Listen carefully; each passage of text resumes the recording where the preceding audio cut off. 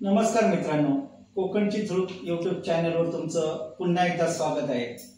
आणि आज मी तुमच्यासाठी खास असा एक नवीन व्हिडिओ घेऊन आलो आहे। तर मंडळी, सध्या श्रावण महिन्याला सुरुवात झालेलीच आहे आणि श्रावण महिना म्हटला की अनेक प्रकारच्या ह्या आपल्याला रानभाज्या मिळतात। त्यातीलच एक मी आज रानभाजी तुम्हाला दाखवणार आहे। तर माझा तुम्ही व्हिडिओ संपूर्ण पहा। व्हिडिओ आवडल्यास नक्की लाईक करा, शेअर करा, सबस्क्राइब करा आणि बेल आयकॉनला क्लिक करा। कोकणात अनेक प्रकारच्या रानभाज्या आपल्याला मिळतात, पण या रानभाज्या ओळखणं तेवढंच महत्त्वाचं असतं। तर मी आज तुम्हाला खास अशी एक रानभाजी दाखवतो, ती म्हणजे श्रावण महिन्याच्या आसपास म्हणा किंवा श्रावण महिना लागायच्या अगोदरच हे कोंब यायला सुरुवात होते आणि हे उगवतात। तर हे कोंब म्हणजे आपल्याला जे घनदाट जंगल असतं किंवा नदीकाठी जे काटेरी बांबू असतात त्याला हे कोंब येतात।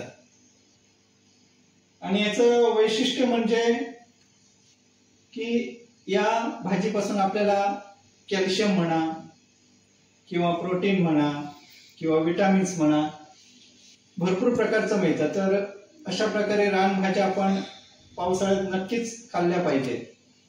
तर आज मी ही कशी बनवणार याची तुम्हाला मी रेसिपीज म्हणा दाखवणार आहे। आता हा कोंब आम्ही सोलायला सुरुवात केलेली आहे। त्याची जी वरची टर्फल किंवा सालं असतात ती आम्ही व्यवस्थित प्रकारे आता काढून घेत आहोत। तर आपल्याला जोपर्यंत याचा कोवळा भाग मिळत नाही तोपर्यंत आपण ती सालं व्यवस्थितरित्या काढून घ्यायची आहेत। तर आता इथे आमची सालं काढून पूर्ण होत आलेली आहेत, तुम्ही व्हिडिओमध्ये पाहू शकताय।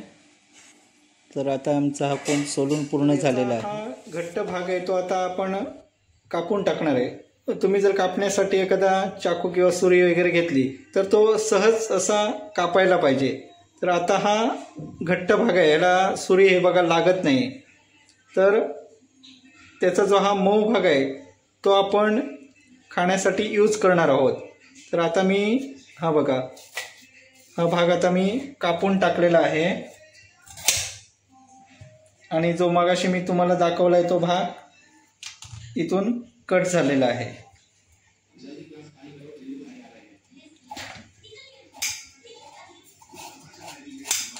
जरा थोडासा खराब झालेला होता तो आता आपण इथून तासून घेऊया आणि हा जो उरलेला भाग आहे तर इथपर्यंत आम्ही इथून इथपर्यंत जो कोवळा भाग आहे तो आम्ही यूज करणार आहोत। तर आता हे बारीक करण्यासाठी आम्ही वेळी घेतलेली आहे, तर तुम्ही पाहू शकताय। आता मी याला बारीक करायला सुरुवात केलेली आहे।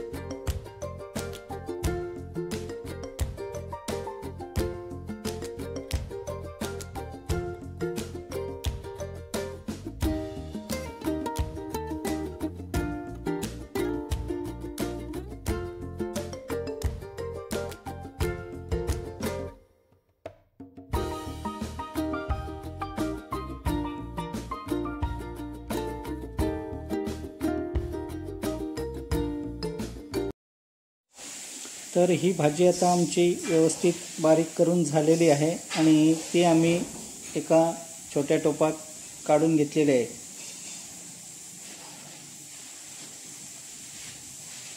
आणि त्यामध्ये थोडं पाणी घालून आम्ही ती आता गॅसवर एक उकळी त्याला काढून घेणार आहोत.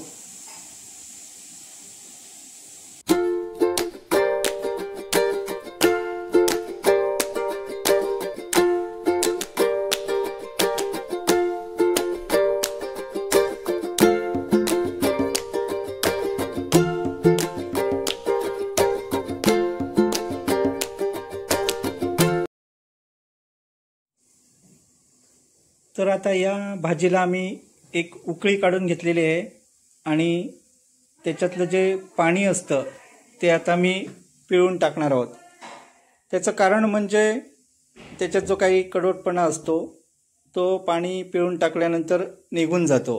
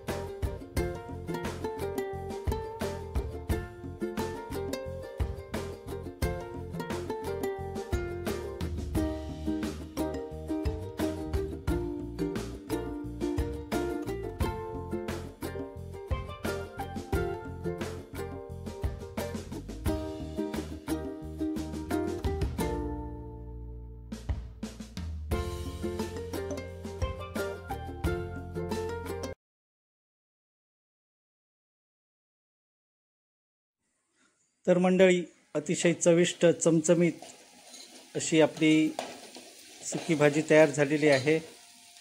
आणि आपल्याला जर पातळ भाजी बनवायची असेल तर आपण मगाशी दाखवल्याप्रमाणे सेम प्रोसेस करून घेणार आहोत. आणि सेम प्रोसेस झाल्यानंतर जर आपल्याला पातळ भाजी बनवायची असेल तर यामध्ये आम्ही फक्त ॲडिशनल म्हणजे उकळलेला वाटाणा त्याच्यात मिक्स करणार आहोत आणि त्याबरोबरच खोबऱ्याचं केलेलं वाटण आम्ही त्याच्यात ॲड करणार आहोत. तर अशा प्रकारे तुम्ही 2 प्रकारच्या या बांबूच्या कोंबापासून भाज्या बनवू शकताय. याच्यामध्ये ॲड करण्यासाठी आम्ही हिरवा वाटाणा उकडून घेतलेला आहे आणि त्याच्यात आम्ही खोबऱ्याचं वाटण एकत्र करून भाजीमध्ये ॲड करणार आहोत.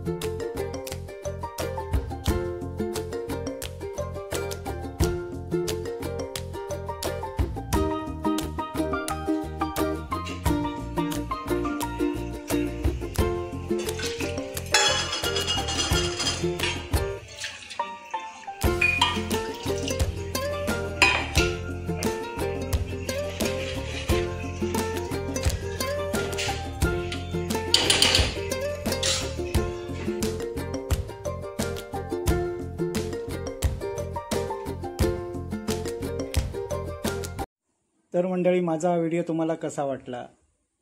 आवडल्यास नक्की लाईक करा, शेअर करा, सबस्क्राईब करा, बेल आयकॉनला क्लिक करा आणि कमेंट्स करायला मात्र विसरू नका. धन्यवाद.